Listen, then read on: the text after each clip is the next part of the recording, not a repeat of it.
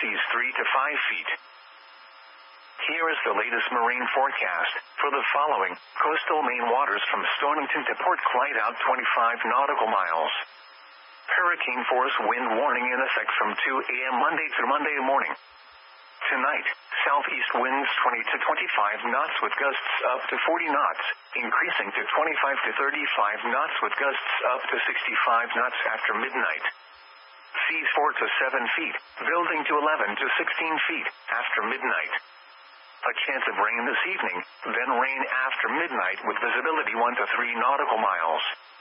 Monday, southeast winds 40 to 50 knots with gusts up to 65 knots, becoming south 35 to 45 knots with gusts up to 55 knots in the afternoon. Seas 17 to 22 feet, subsiding to 15 to 20 feet in the afternoon.